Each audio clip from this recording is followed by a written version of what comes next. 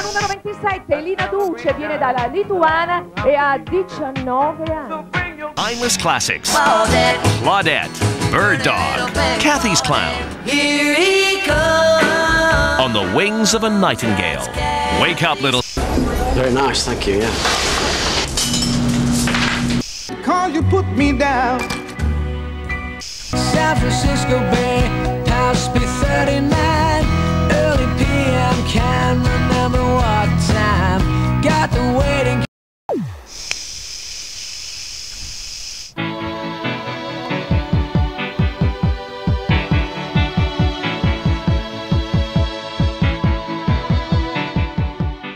I always wanted to be a ballet dancer. I came from a ballet school and always wanted to perform and dance on stage, having danced all the way around my mother's living room most of my childhood, and I just wanted to be a performer really, and I sort of fell into this by accident. I got scouted to do a catwalk show when I was 11 years of age, to do a Speedo swimwear show at the Park Lane Hotel in London, and that was my first experience of modelling really. It was great money and I thought, wow, I like this. Always stayed in the back of my mind that it could be something I could fall back into if dancing didn't work out, which at the age of 14 I realised I wasn't going to make it as a dancer because I grew too tall, too lanky and was slightly lazy, and knew that it was something that I could fall into because I got scouted again when I was 14 by an agency, Elite Premier, who were in London. I do a bit of everything, anything and everything I have done at some point, whether it be photographic shoots for magazines, fashion magazines, or for catalogues. I've done the odd music video, commercials for TV.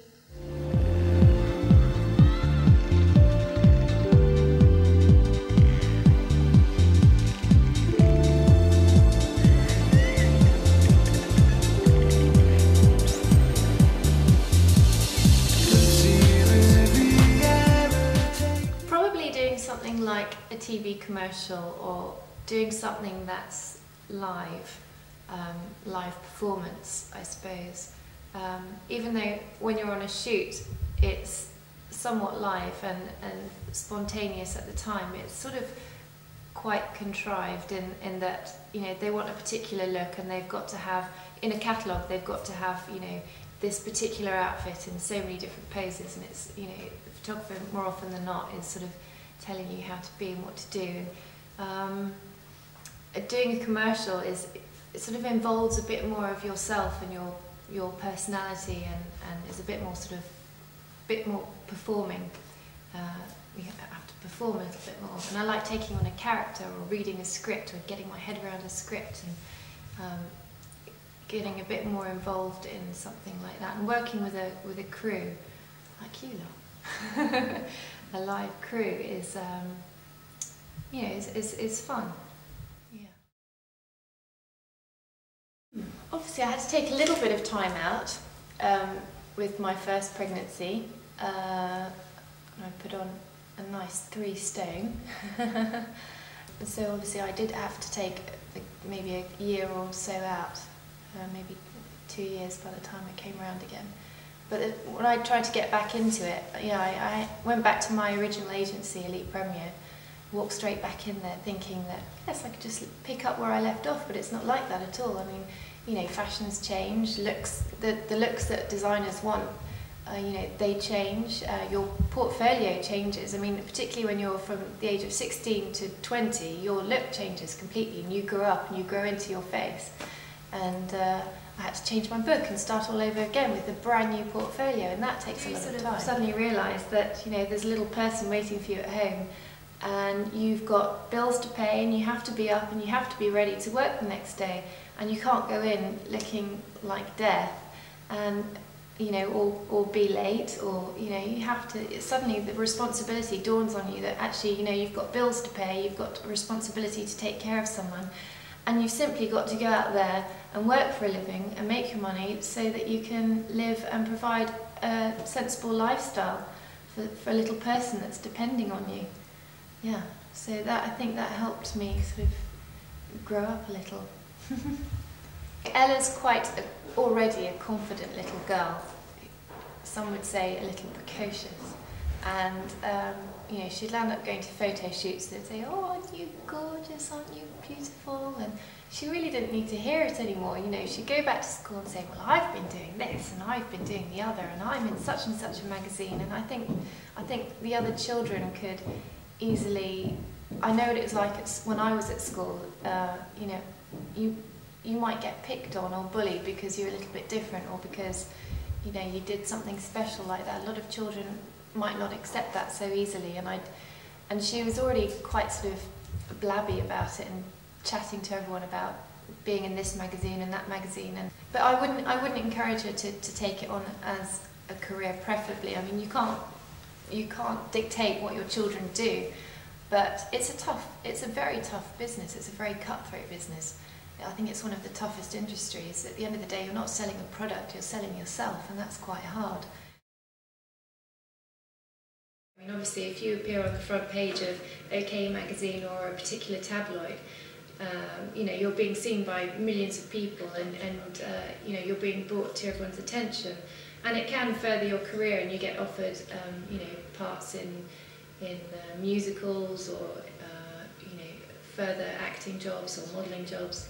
And yes, it can be very useful. Girls like Katie, I think, you know, obviously appearing weekly in OK magazine as much as she can also brings in a nice amount of money. But obviously with that brings in, you know, an amount of intrusiveness, which can be absolutely horrifying, particularly if you have a family. I have on a couple of occasions had some experiences of press intrusion, which was mainly down to the fact that, you know, I have a partner that's perhaps a little bit newsworthy, and also being a model, I think people always like to hear stories about, you know, what models are up to, and can sort of over-glamorise something when, you know, there's an interesting couple or partnership. Yes, and I have had some very unpleasant situations where, you know, there was going to be an article printed on the day of my son's christening, which was going to be, you know, a very unpleasant situation for everyone in the family. Yes, but there's, you know, there's nothing you can do about that, and we got over it though.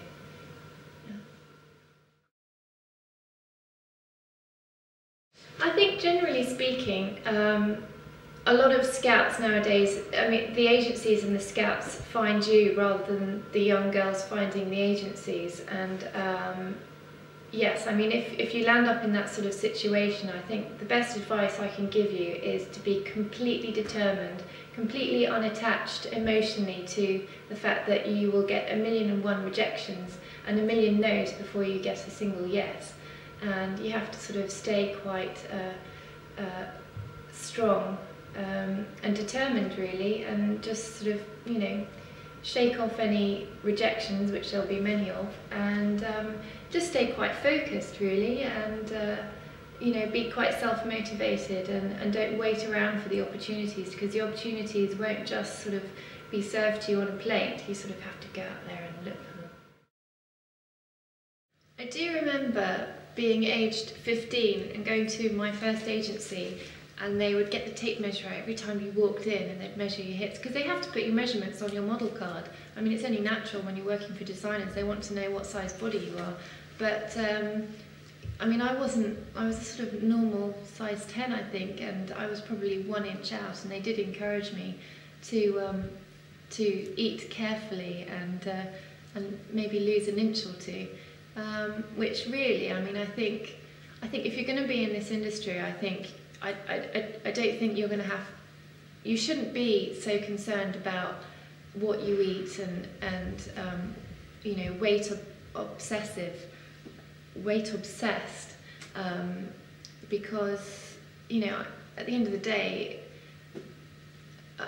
you've got to be healthy, and I don't think that it makes for a pleasant lifestyle if you constantly have to worry about what you're eating and how many calories you're taking and what you're drinking. And I mean, personally, food for me is one of the biggest pleasures in life, and you know, there's nothing I love more than going to a good restaurant and having a good 3-course meal. And you know, I think it just makes, you know, a happy person makes, you know, a better model than someone that's constantly having to worry and be obsessive about weight. I do think that they might encourage some girls to lose weight. I think personally, I think if it's in your genes, and if you know, if it's in your genes to be slim, then I think then you're made to do this business. But if you constantly have to worry about dieting and losing weight, otherwise I'm not going to be a model, or I'm not going to get the jobs, and I just think maybe it's not the right business for you.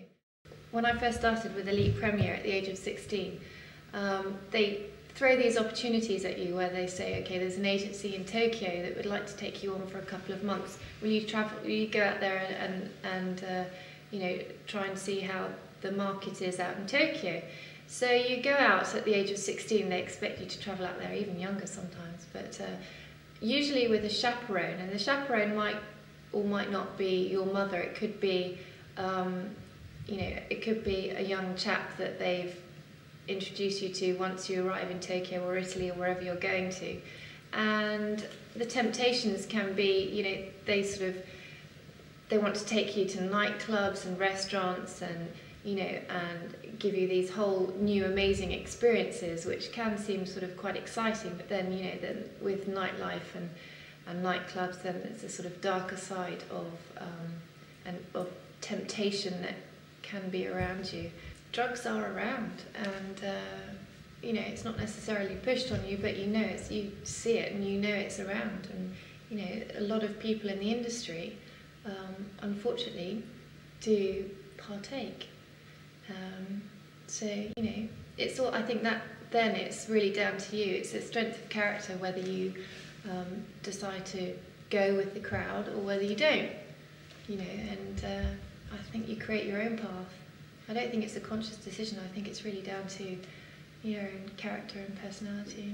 I would definitely stay clear of personal situations. If you know, some older director or producer says, "Come, little girl, come to my house at 7 o'clock in the evening, one evening, and come chat about how we can further your career," stay well clear. I think if people are genuinely interested, then they'll always go via an agency. That's why an agency are there. So always go through an agency, because they're there to protect you and look after you.